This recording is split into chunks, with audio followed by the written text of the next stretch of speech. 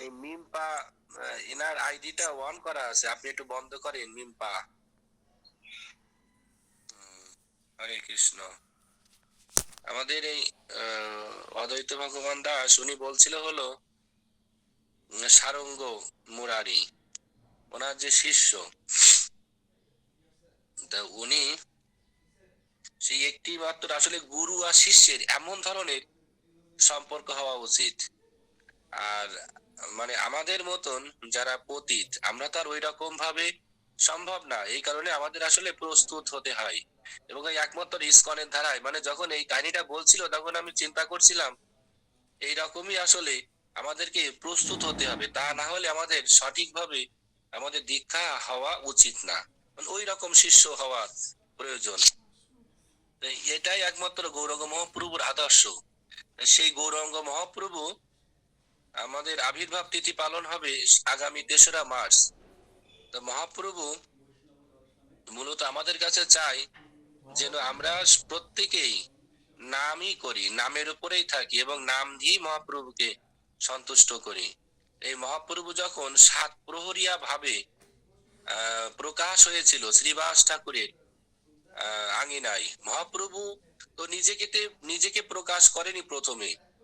প্রথমে মহাপ্রভু তার বিদ্যা বিলাস রসে নিয়োজিত ছিল, মানে কিভাবে সে পাণ্ডিত্যর একটা গাম্ভীর্য বা অহংকারও বলা যায়, মানে মহাপ্রভু জানতো যে আমি কে, মানে মহাপ্রভুকে মহাপ্রভু জানতো, কিন্তু ভক্তদেরকে জানাতে দিত না। এবং মহাপ্রভু শ্রীধর ঠাকুরকে ডেকে ডেকে কথা বলতো, শ্রীবাস ঠাকুরকে ডেকে কথা বলতো, মুকুন্দ দত্তকে ডেকে কথা বলতো, এমনকি মুকুন্দ দত্ত পর্যন্ত সে দূরে সরে যেত। যাই হোক, মহাপ্রভু যখন গয়া থেকে ফিরে আসলো, ফিরে এসে কানাই নাটশালায় যখন কৃষ্ণকে দর্শন করলো, ভগবান কৃষ্ণ চন্দ্রকে দর্শন করলো, করার পরে মহাপ্রভুর একটা দিব্য ভাব সৃষ্টি হয়ে গেল এবং সর্বদা তার সে অষ্ট সাত্বিক বিকার এবং সর্বদা কোথা কৃষ্ণ, কোথা গেলে কৃষ্ণ পাবো, এই রকম ভাবে ভাবিত হয়ে গেল। তারপরে এবার আসলো, বাড়িতে যখন আসলো তখন তীর্থ করে আসার পরে অনেকে আসে যে যাই দেখে আসি সে তীর্থ করে কি করলো। এবার ওখানে সদানন্দ, তার সদাশিব, তারপর রামাই, এরকম অনেক ভক্তরা শুনতে আসলো। তো মহাপ্রভু তাদেরকে বলল যে আমি কালকে কালকে এক ভক্তের গৃহে যাব। ভক্তের গৃহে হলো, নামটা মনে করতে পারছি না, সেই ভক্তের গৃহে তোমরা সবাই যাবে, সেখানে গিয়ে আমি বলবো আমি আসলে কি পেয়েছিলাম আর কি হারিয়েছি। সেখানে গদাধর প্রভু শ্রীবাস ঠাকুরের বাড়ি, পরের দিন সবাই ফুল তুলতে যায় সকালবেলা, এবং শ্রীবাস ঠাকুরের বাড়িতে একটা ফুল গাছ হলো কুন্দ ফুলের গাছ। সেই কুন্দ ফুলের গাছটা হলো এক প্রকার দিব্য গাছ বলা যায়, মানে সেখান থেকে কখনোই ফুল ফুরায় না। তা প্রত্যেক ভক্ত তাদের বাড়ি, তাদের যে গৃহের পূজার জন্য সেই ফুল শ্রীবাস ঠাকুরের বাড়ি থেকে তুলে আনে। সেই জায়গায় ফুল তুলতে গিয়ে রামাই, তারপরে সদাশিব, তারা বলতে লাগলো যে আজকে আমাদের ভগবান গোত্র বাড়িয়ে দিয়েছে, গোত্র বাড়িয়ে দিয়েছে, এবং হাসছে সবাই। তা শ্রীবাস ঠাকুর বলছে তোমরা এইভাবে আনন্দ পাচ্ছ কেন, আনন্দ করছো কেন? তা বললো গৌরাঙ্গ মহাপ্রভু নিমাই সে এখন পরম বৈষ্ণব হয়েছে, আজকে আমাদেরকে সবাইকে ডেকেছে এক ভক্তের গৃহে, সেখানে তার কাহিনী বলবে, সে কিভাবে গয়া থেকে ফিরে এসেছে, সে কৃষ্ণকে দর্শন করেছে। এই কথা শুনে গদাধর প্রভু আগে আগে চলে গেল এবং সদাশিব, রামাই, পণ্ডিত, তারপরে শ্রীবাস ঠাকুর সকলে চলে গেল সেই ভক্তের গৃহে।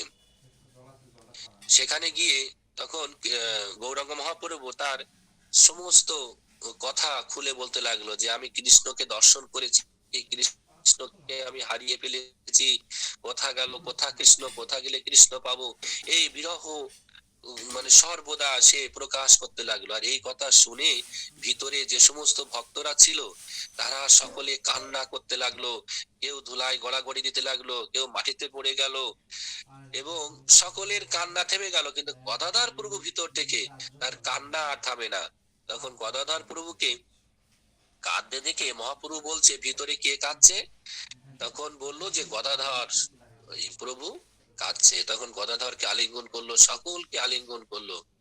আলিঙ্গন করে এবার সকলে মিলে শ্রীবাস ঠাকুরের বাড়িতে গেল। এবার তারপরও মহাপ্রভু নিজেকে যে ভগবান এইভাবে প্রকাশ করেনি।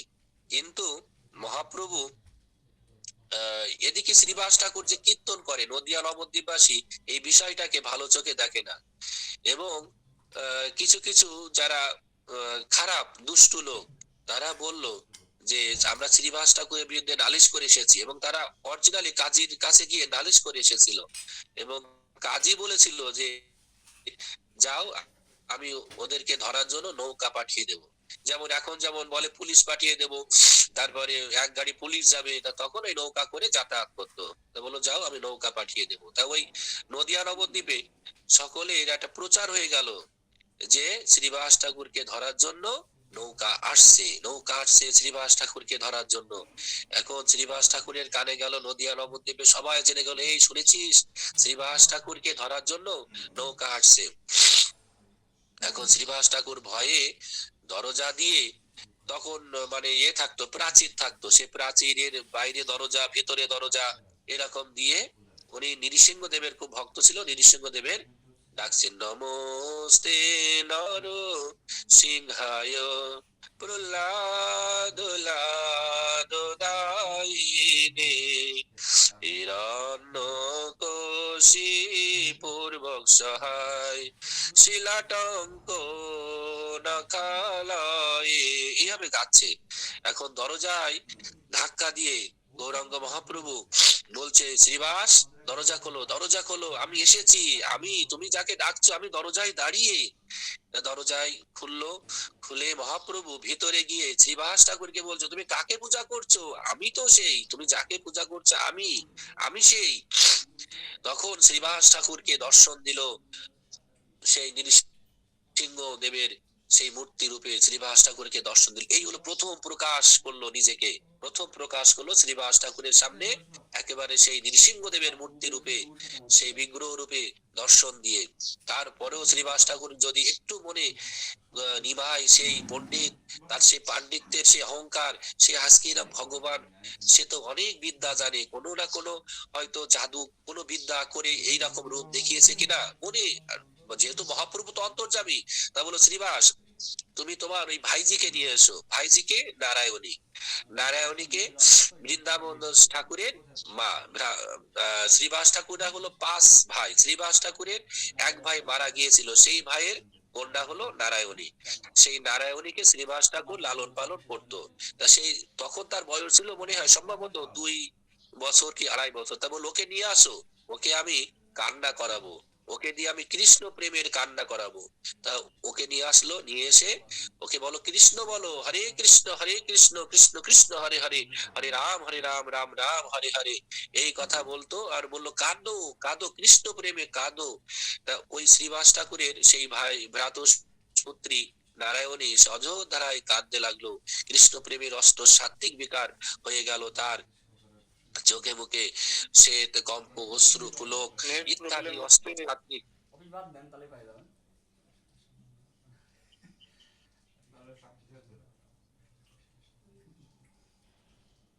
হরে কৃষ্ণ বাবা, আমি এই সেটা আমি জানি না, বলেন।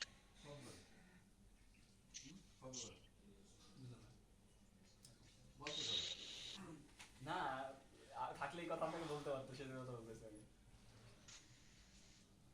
হরে কৃষ্ণ, জয়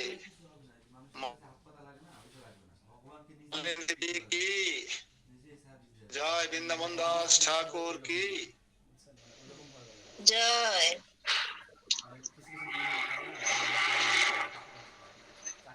আচ্ছা, আমার কথা শোনা যায়? মুকুলের কথা বেঁধে যাচ্ছিল, আমার তো নেটের প্রবলেম হয়ে গেছে।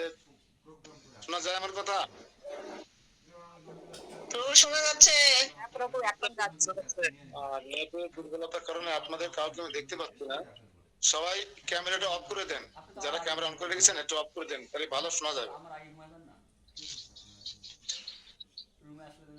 এখন কি শোনা যায়? হ্যাঁ, যাচ্ছে।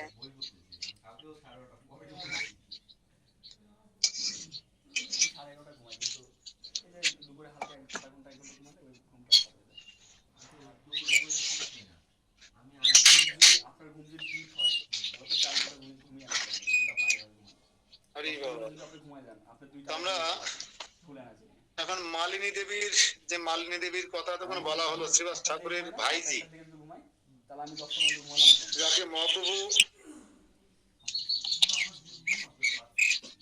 মহাপ্রভু নিজের উচ্ছিষ্ট যাকে ভোজন করতে দিতেন, এখন আবার হয়েছে কি 3বার স্টেশন পাই আমি। একবার দেখি যে 1:56 বাজে, একবার দেখি যে 2:30 বাজে, অ্যালার্ম ছাড়া। গান্ধারী মাতা কিছু কয় না কয়। বলবেন? আমার এই যেদিনকার মঙ্গলবার উঠবো মনে করি ওই দিন 3-4 বার ঘুম ভাঙে জানেন আমার গেলাম ছাড়া আমি জায়গা দেখি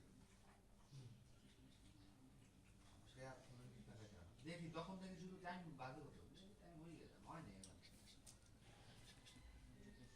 কিন্তু ওই দিন অনেকবার ডাক না ভাই কিন্তু ঘুম ক্লিয়ার আসে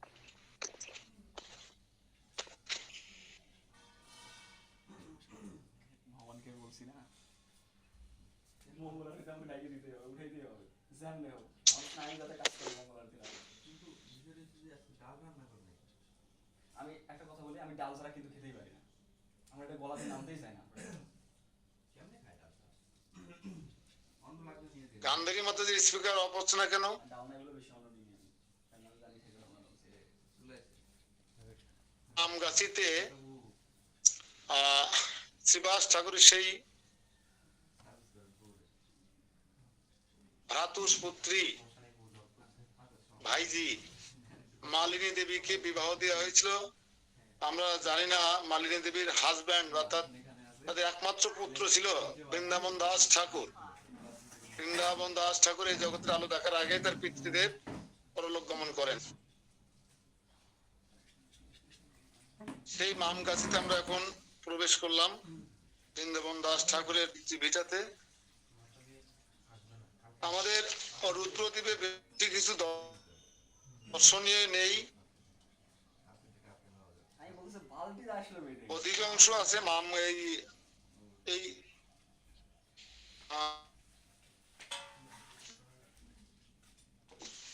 মধুদ্রুম দিকে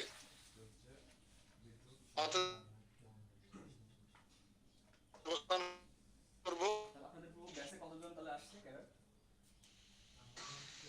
হরে কৃষ্ণ প্রভু, আপনার কথা তো ক্লিয়ার বোঝা যাচ্ছে না, নেটের প্রবলেম আছে। কত বলছে? করে আমরা ইফেক্ট করেনি এখন মানে আমাদের এলাকার একটা আছে। কথা বোঝা যায় না প্রভু।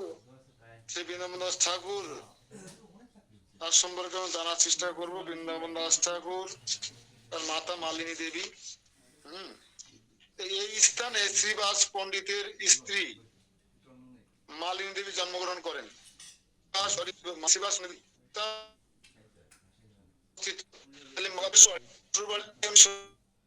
আর এই নারায়ণী দেবী ছিলেন শ্রীবাসের।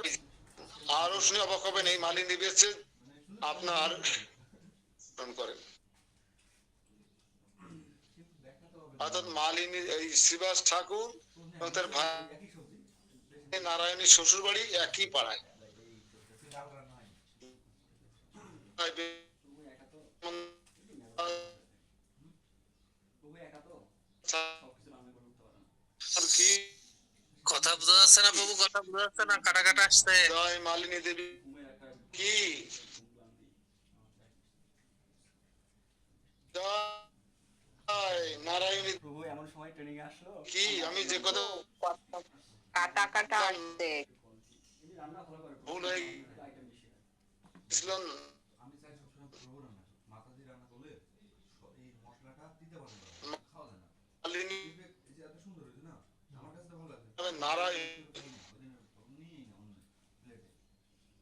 না মাথা দিয়ে থাকলে আপনার ওই প্রসাদটা মেনটেন হয় প্রতিদিন, বুঝছেন? যেমন আপনার ডাল থাকবেই, আর প্রভু থাকলে মিস মিস যাচ্ছে। নারায়ণী দেবী কে ছিলেন? নারায়ণী দেবী ছিলেন, আমাদের মুকুল একটু আগে বলছিলেন যে শ্রীবাস ঠাকুরের ভাইজি। অল্প বয়সে তার পিতৃবিয়োগ ঘটে, মমতাকে দিয়ে হরিনামে অর্থাৎ বৃন্দাবন দাস ঠাকুরের পিতৃদেবের নাম আমরা জানার চেষ্টা করবো।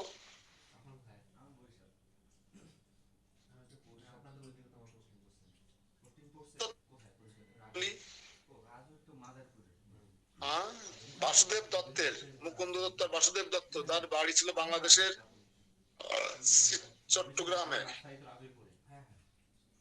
সেই বাসুদেব দত্তের এই মূল মন্দিরটি সারঙ্গ মুরারি ঠাকুরের শ্রীপাঠের অত্যন্ত নিকটে অবস্থিত, কিন্তু সেই মন্দিরটি এখন আর বিদ্যমান নেই। বাসুদেব দত্তের সেবিত শ্রী মদন গোপাল বিগ্রহ সমূহ এই সারঙ্গ মুরারি ঠাকুরের শ্রীপাঠে এখনো পর্যন্ত পূজিত হচ্ছে। বাসুদেব দত্তের যে মন্দিরটা ছিল সেখানে ঝোপঝাড় বাগান হয়ে আছে, এবং সেই যে মদন মোহন বিগ্রহ সেবা করতেন বাসুদেব দত্ত,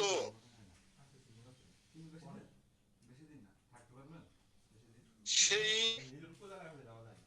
বিগ্রহ এখন সারঙ্গ মুরারি মন্দির সুন্দর চকচক অবস্থায় রয়ে গেছে। আপনারা একটু নোট নেবেন, এই বৃন্দাবন দাস ঠাকুর হচ্ছে চৈতন্য ভাগবতের রচয়িতা। চৈতন্য ভাগবত আমাদের অত্যন্ত জনপ্রিয় আমাদের কাছে। শুনতে পাচ্ছেন আমাকে? এবং আরো শোনাবেন, এই বৃন্দাবন দাস ঠাকুর হচ্ছে শ্রীমান নিত্যানন্দ প্রভুর সর্বশেষ শিষ্য। হরে কৃষ্ণ প্রভু, আপনার কথা শুনতে পাচ্ছেন না? আপনারা, আমি বুঝতে পারছি আমার কথা শুনতে পাচ্ছেন কিনা। নেটের খুবই হ্যাঁ, বোঝা যাচ্ছে না, কিছুই শোনা যাচ্ছে না। বন্ধ করে নাই।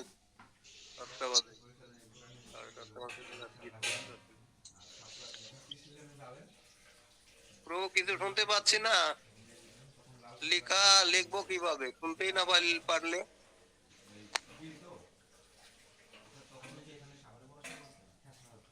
মন্টু প্রভু, আমাকে শুনতে পাচ্ছেন না? হরে কৃষ্ণ প্রভু, হ্যাঁ আপনাকে শোনা যাচ্ছে, কিন্তু প্রভুর কথা শোনা যাচ্ছে না। আপনাকে শোনা যাচ্ছে, কিন্তু অদ্বৈত প্রভুকে শোনা যাচ্ছে না। হয়তো ওনারই নেটের সমস্যা, আমাদের গুলো ঠিক আছে। গতকালকে থেকে প্রভুর ওয়াইফাই কানেকশন সমস্যা হয়েছে, নেট মাঝে মাঝে পাচ্ছে, মাঝে মাঝে পাচ্ছে না। রাধিকা মাতা আমাকে শুনতে ক্লিয়ার না প্রভু? শুনতে পাচ্ছি না প্রভু, শুনতে পাচ্ছি না।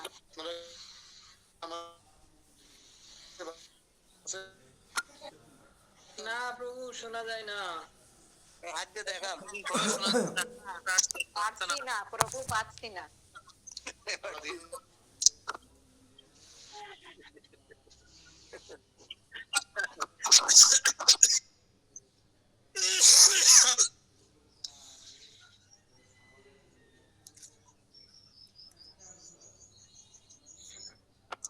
মুকুল নন্দী প্রভু, আবার কিছু তথ্য আমি বুঝতে পারছি আপনারা শুনতে পাচ্ছেন না।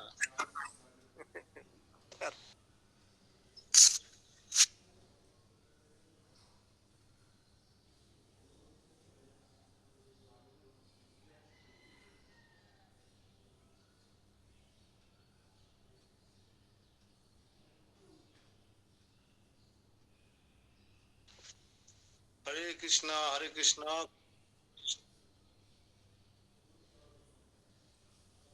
হরে হরে।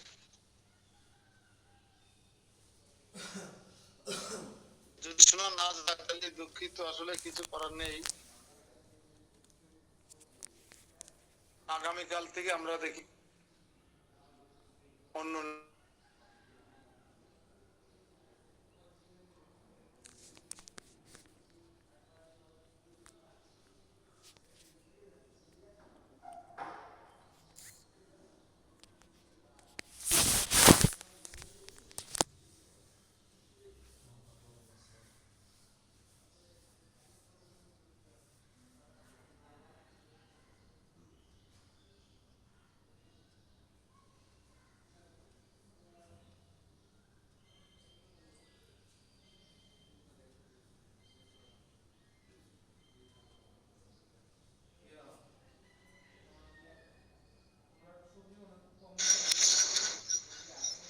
হরে কৃষ্ণ দীপক প্রভু,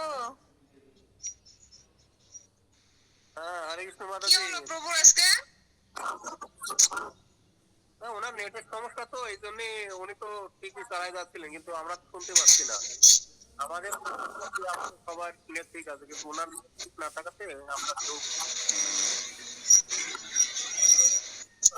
প্রভু তাহলে আমি বেরোলাম আজকে। হ্যাঁ মহাপ্রধান প্রভু বেরিয়ে যাচ্ছি, ঘর চলে যাই, বসে থেকে লাভ নাই, আজকে নেটের সমস্যা। সুকমল প্রভু তাহলে আমরা বেরিয়ে যাই আজকে, হ্যাঁ? তো প্রভু আবার পরে কি বলে না বলে জানি না, আমি বেরিয়ে যাচ্ছি, আপনারা দেখেন কি করবেন। একেবারে শোনা যাচ্ছে না, কি বসে থেকে কি করবো, তার থেকে অর্জন করি। কি আর করা যান। ওকে, বাঞ্ছা কল্পতরু বসছো কৃপার সিন্ধু বয়ে বচা পবিত্রানন্দ পাবনে নিত্যানন্দ পাবনে ভো বৈষ্ণবে ভো নমো নমো। হরে কৃষ্ণ হরে কৃষ্ণ।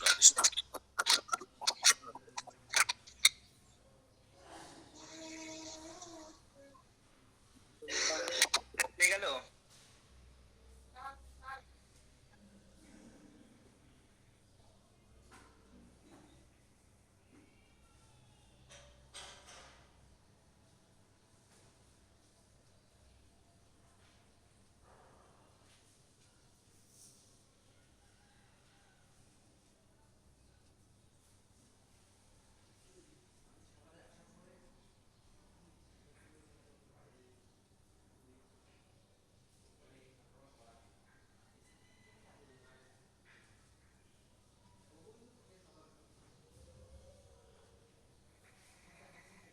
হরে কৃষ্ণ রমা।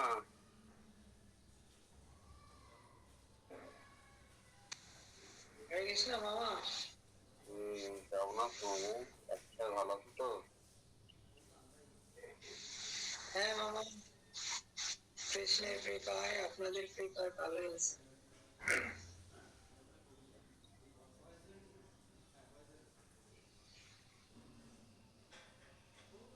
কি করবো, তাহলে বেরিয়ে যায় নাকি? হ্যাঁ, তো বেরিয়ে যাচ্ছে, আর কি করার।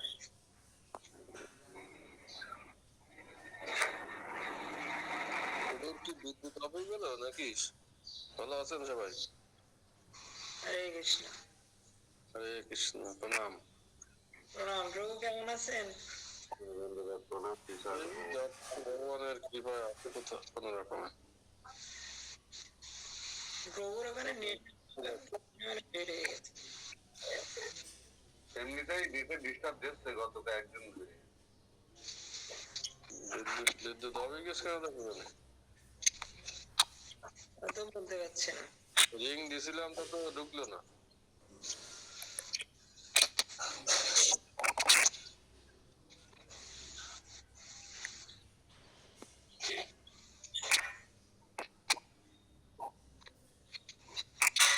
ঠিক আছে প্রভু, আমি চলে যাচ্ছি, আমার আবার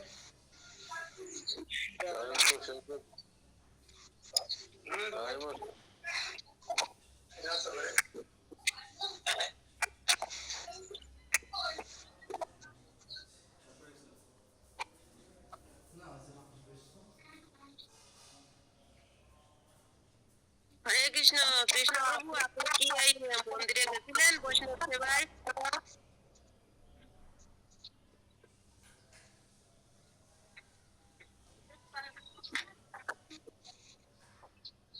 হরে কৃষ্ণ। হরে কৃষ্ণ, প্রণাম মাতাজি। যাইতে পারিনি। না, বলছি কি আপনি কি এই বৈষ্ণব সেবায় মন্দিরে গেছিলেন? যাইতে পারিনি, এই জায়গায় একটা অনুষ্ঠান ছিল, আমরা যেখানে নাম অর্থ করি ওই জায়গায় একটা অনুষ্ঠান ছিল, এই কারণে যাইতে পারিনি। হ্যাঁ, আপনার মতন দেখতে দেখতে আমরা বলছি কি মনে হয় কৃষ্ণ প্রভু, আবার বলছি না কথা বলি এরকম করে তারপরে বলছি না কৃষ্ণ প্রভু তো আমাকে সঙ্গে কথা বলতো। মনে মনে আমার মতো দেখছেন লোকে, তাই? হ্যাঁ, তা আমাদের পাশাপাশি এটা নাম অর্থ করি আমরা যে জায়গায়, ওই জায়গায় একটা অনুষ্ঠান ছিল, তার জায়গায় যেতে পারিলাম না। আচ্ছা। হরে কৃষ্ণ। সুস্থ আছেন? মোটামুটি ভালো আছেন? তা আসেন, একদিন বেড়াতে আসেন। দেখি তাহলে। আজকে আমাদের সব দিকে প্রবলেম, জানেন তো? না, এখন কারেন্ট আসলো তারপরে শোনা গেল না। আজকে ডিস্টার্ব হয়ে গেল ও আচ্ছা ক্লাসটা। তবে এই যে দ্বীপ নিয়ে আলোচনা হচ্ছে, এই দ্বীপের এই গদরম দ্বীপ বা জন্মদ্বীপ, এই দ্বীপের বা ওই যে উচ্চ দ্বীপের নাম বললো না, ওই যে ভগবত গোস্বামী ওই উনি আলোচনা করতেছেন, তাই শুনছিলাম। শুনতে পারলাম না, আজকের কিছুই শুনতে পারিনি। ভগবত গোস্বামী উনি আলোচনা করছিলেন, তাই শুনছিলাম। যেসব জায়গায় আমরা এতদিন আলোচনা শুনলাম সেই আলোচনায় হচ্ছিল। সেই স্থানে ওই যে অম্বরীশ মানে কি অরণ্য বললো